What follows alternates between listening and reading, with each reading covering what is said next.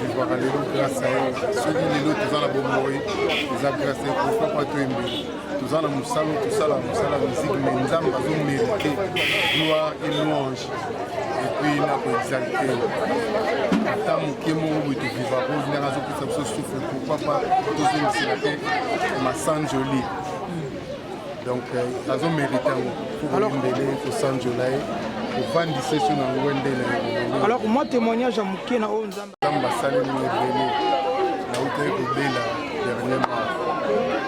la Béli, l'hôpital va déclarer en corona. Mais grâce à Ndombe, apôtre Allé va déclarer. Parce que nous avons fait qui cité au Baozolo, mais grâce à la prière, j'ai été sauvé. Donc, Ndombe alors, après ça, grâce à la temps où il y a l'ingé dans mon cœur. Alors, Moukili, nous sommes ça la Moukili. Azana activité où nous avons fait na don nous avons fait à kusali. Les arayo, sur le lozo makamwana, les ana ba médecin que ba sala ka kisi na ba o sala. Les ana ba musicien ba beta la musique, ba zo sala kisi na ba o sala. Net bingai na zana sala o sala la.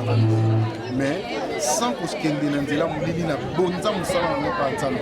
Parce que na zo sala mo lelo correctement pour na ko édifier, ko éduquer na ko informer. C'est ça. Alors si pourquoi pas Zali na quatre albums on a zombie ça on a tout banzembo mino na ko boka ko na imbiza plus éducatif mais dans ma Dieu est amour na zo expliquer ba to batika ko ina na pour rien parce que nzambe kuto akela biso azana nyonso amazana bolingo vers biso après ça biso mo ane likabo po biso to sous chance ya kozala benga mabana bae to sous chance ya vivre na mokili o eza ya biso te to ba passager et bon yesu ko ngana to wela ni c'est ma rabouille. Donc, mais bon, découvrir qu'il y a beaucoup de choses que j'ai chantées maintenant pour nous édifier, pour éduquer. Merci, papa.